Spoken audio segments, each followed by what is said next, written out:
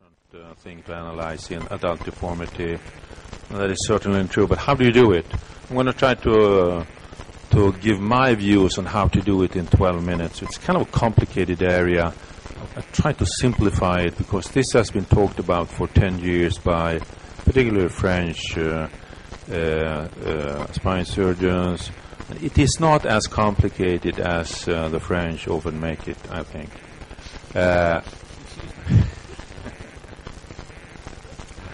This is how they look.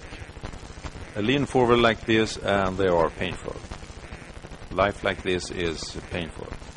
I think a key understanding to this issue is the compensation thing.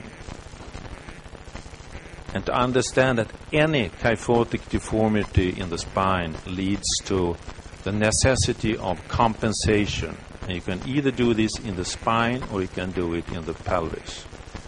Spinopelvic compensation is the key thing to understand. And this is true for degenerative scoliosis. And as I claimed in my previous presentation, think of it as kyphosis because it is.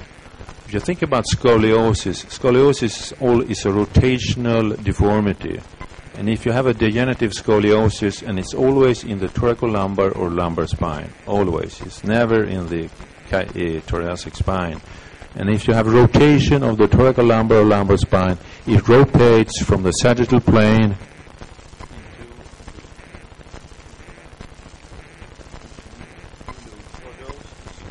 you lose lordosis because of this rotation. It means automatically kyphosis. So it's always, to some degree, kyphosis. Sometimes slight, sometimes a lot.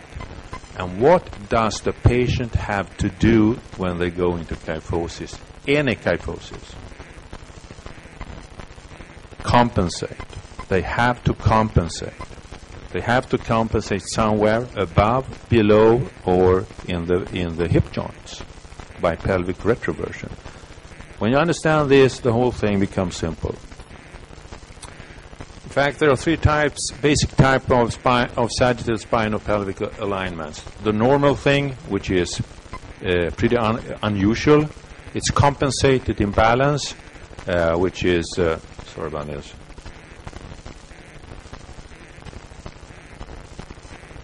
Can we go back?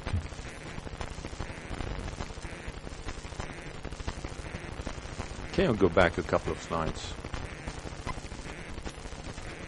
Yeah, thank you. Yeah, it's the compensated imbalance, which is it's the typical one, in fact. It's the typical patient, the non-compensated imbalance. That's the one, like the lady you saw in the picture. It's very easy. You don't have to be Einstein to understand that she's in sagittal imbalance. But the compensated imbalance, you have to be close to Einstein. You have to learn how to identify this patient. We already talked about this. The Glassman study, American study, showing the importance of it. It's well known. And what about the C7 plumb line and Oswestry scores? Are they correlated? Yeah, they're correlated, but it's not that great, really. It's 0.52 in one study, a U.S. study, and 0.48 in another one. But yes, they are correlated.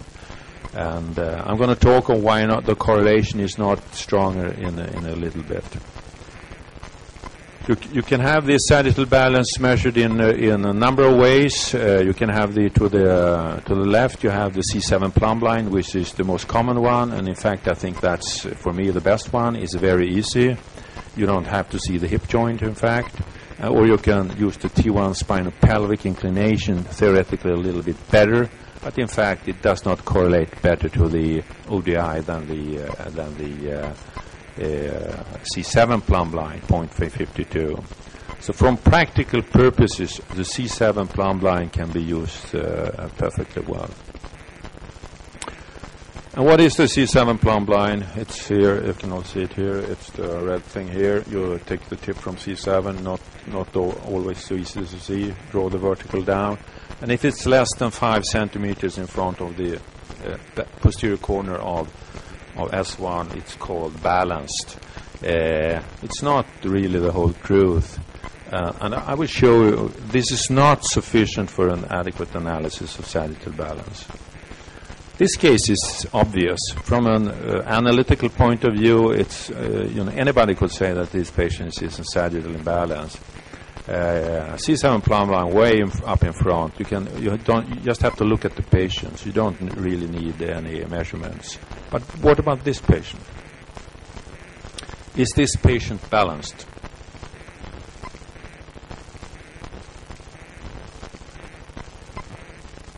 The C7 plumb line goes directly to the posterior corner of the sacrum, but I claim that she's not balanced. She has a spinopelvic malalignment that is obvious. Talked about a little bit about this before. You see the typical thoracolumbar kyphosis, a flattening, in fact, of thoracic spine, lumbosacral hyperlordosis, in fact. Already talked about this. Already talked about this. And how do you compensate? You compensate by thoracic hypokyphosis, you compensate by lumbosacral hyperlordosis, and you compensate by pelvic retroversion, which is maybe a little bit difficult for some people to understand. I try to explain it to you in simple terms. The most typical case for pelvic retroversion is, as any orthopedic surgeon knows this, in high-grade spondylolisthesis. This is a case of high-grade spondylolisthesis, severe slippage. And we all know these patients with a vertical sacrum. This is textbook type of orthopedic surgery on spondylolisthesis. They have a vertical sacrum. And why do they have a vertical sacrum? Yeah, because they have to compensate. They must compensate. If they don't, they're going to be tipped all over, fall forward. And they compensate by retroversion of the pelvis. Like in this patient operated by me with some reduction, some fusion of the L4. And you can see that the retroversion, the version of the sacrum becomes normalized. The patient doesn't have to tilt her pelvis any longer. This is shown in this picture. Where does the pelvic incidence come into play? Because the pelvic incidence is the key to this discussion, whether the patient compensates with her pelvis or not. The pelvic incidence is the key. Why is the key? Because it's a stable angle. It does not change with degenerative things. It does not change with age. It's pretty much stable throughout life. And it's closely correlated, for instance, to the sacral slope, 0.83, in a normal individual. But if the patient goes into spondylolisthesis, or if the patient goes into thoracolumbar kyphosis, or any type of lumbar kyphosis, like a flat back after surgery, the patient starts to compensate by retroversion of the pelvis, as shown on this slide. It's exactly the same pelvis. It's just that the patient tilts his pelvis around the hip joint. Pelvic incidence is the same, but you see the sacral slope, like here, 45 degrees, goes down to 25. This means that the sacral slope does not correspond to the pelvic incidence. And if you see, you must have standing radiographs of the patients. If you don't have standing radiographs, forget it. You just can't do it. You have to see the hip joint. You have to see the calculate the pelvic incidence, and you can eyeball it. You don't have to calculate it on the exact number. You can eyeball the pelvic incidence, and you can eyeball the sacral slope. Normally, the sacral slope is 10 degrees less than the pelvic incidence, not more, on average. But if it's a big discrepancy, let's say the pelvic incidence is 75 degrees and the sacral slope is 25, this is way out of normal. And why? Because the patient retroverts his pelvis, which is painful. It takes energy and drains the patients of energy, which means pain. So pain not only comes from degenerative discs in this disorder, it comes from the constant demand on the patient to compensate for the deformity.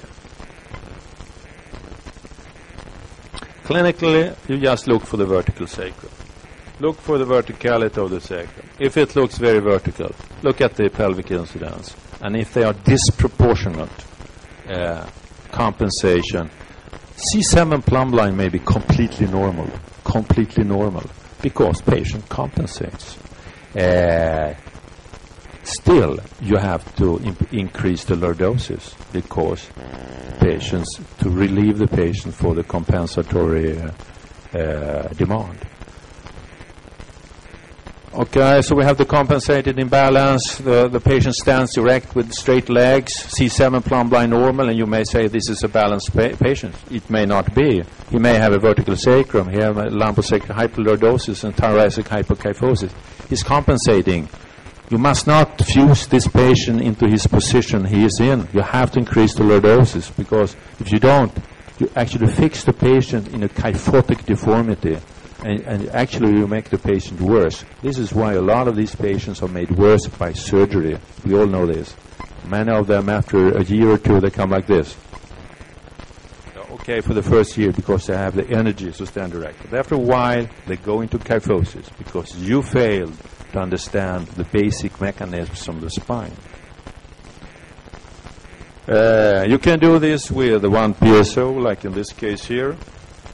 To the left, or you can do it with multiple tear lifts. I prefer this today. I did this a number of years ago. This I think is easiest, quicker, and gives better correction.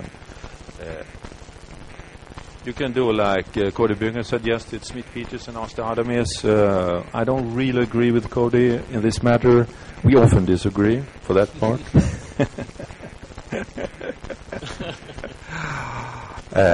You get in one SBO 5 to 10 degrees at best, and which is way too little if you want to correct like 30-40 degrees.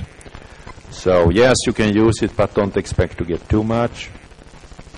If you want 35 degrees, you do a PSO. It gives on average 35 degrees, and we're not going to talk about techniques today, but it's a great operation.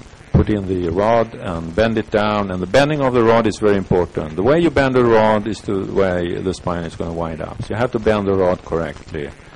If you have coronal imbalance, it is much, much less important than the sagittal. In fact, a number of papers have failed to show any impact of coronal balance on the outcome. Cody showed some papers that did show this. Of course, it has some importance, but it's very, very much minor compared to the sagittal imbalance. You get away with some coronal imbalance. The patients don't love it. They don't love it, but they tolerate it. But they do not tolerate sagittal imbalance. If it's rotation, you simply put the rod on the convexity, rotate it down like a standard kind of CD type of maneuver, and you correct coronal thing and sagittal thing with in one shot. And you add with some in-situ bending and compression of the rods, and that's it. What about complications with PSO? Yes, there are complications, but the neurological complication rate is not that high, really. I agree to this. We do a lot of PSOs, and you never get complete paralysis. You do get some typically quadriceps weakness, which is temporary and reversible in something like, I tell the patient, something like 5%. So I agree with the SRS morbidity report. They claim 7%. So of course it's a major surgery, but very effective one. Compensated sagittal imbalance, two types, one patient, adult idiopathic scoliosis in this case, back pain, and maybe you start to recognize these patients now, thoracolumbar kyphosis, lumbosacral hyperlordosis. The PSO on L1 was done with fusion T5 to L5, and you can see the picture to the right. And this is very typical. You can see a normalization of the sacrum. It's more horizontal sacrum here than here. You can see actually the lumbar lordosis, the lumbosacral lordosis actually decreased, but the upper lordosis, this is the brace, the oval stuff, actually very much increased, and actually the thoracic kyphosis increased because no need for compensation any longer. So overall spinal alignment normalized. Am I running out of time? 1 more minute. One minute? Okay. This patient is operated on 1978 by late Professor Alf Nackhamson at age 14. I I now work at his place, and he was operating on the hemivertebra, and he did the fusion L3S1, which was the typical operation at that time. And this is his status right now at age 42. And you can see the vertical sacrum, a typical retroversion of the pelvis. You can even see that this is the situation here. And he's been this almost all his life in getting used to it. For the last like 10, 15 years, gradually increasing pain. And if you look at the X-ray, he has a flat back, like many of the patients operating in those days, because we didn't know about the sagittal plane. Scoliosis was a frontal plane disorder, but in adults, it's not. It's a sagittal plane disorder. And he's also in the coronal plane, but slightly decompensated.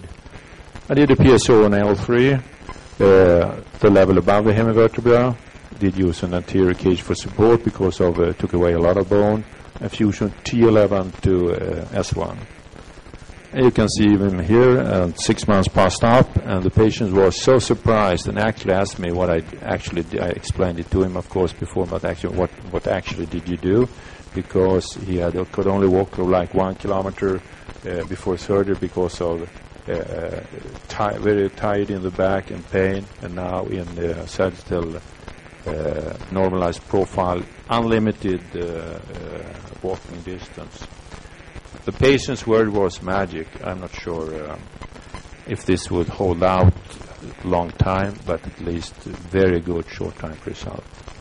And this is the X-ray.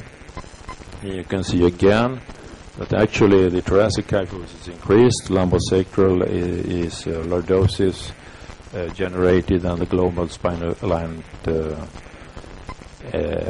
thing is okay. I will not talk about non-compensated imbalance, because these are the patients like the picture you saw at the start of the presentation. They are very easy to recognize, both clinically and radiographically. It's obvious that you have to do something major to correct the sagittal balance. What I try to do in this talk is to plant something in your brain that even if they look balanced, you have to understand that there is a cost for this balance. They compensate by all these mechanisms, and if you can cure them from compensation, they will have a good outcome. That's why C7 plumb line in studies, even if you don't correct the C7 plumb line, it may stay the same. You have a normalized spinopelvic alignment with no need for compensation. We can show cases, if the chairman wants to, on non-compensated, more like severe imbalance, but I'll leave that to the chairman to decide. Thank you. Thank you. Thank you very much, Dr. Hetman. I think after listening to all these talks, there must be many questions from the audience. We can now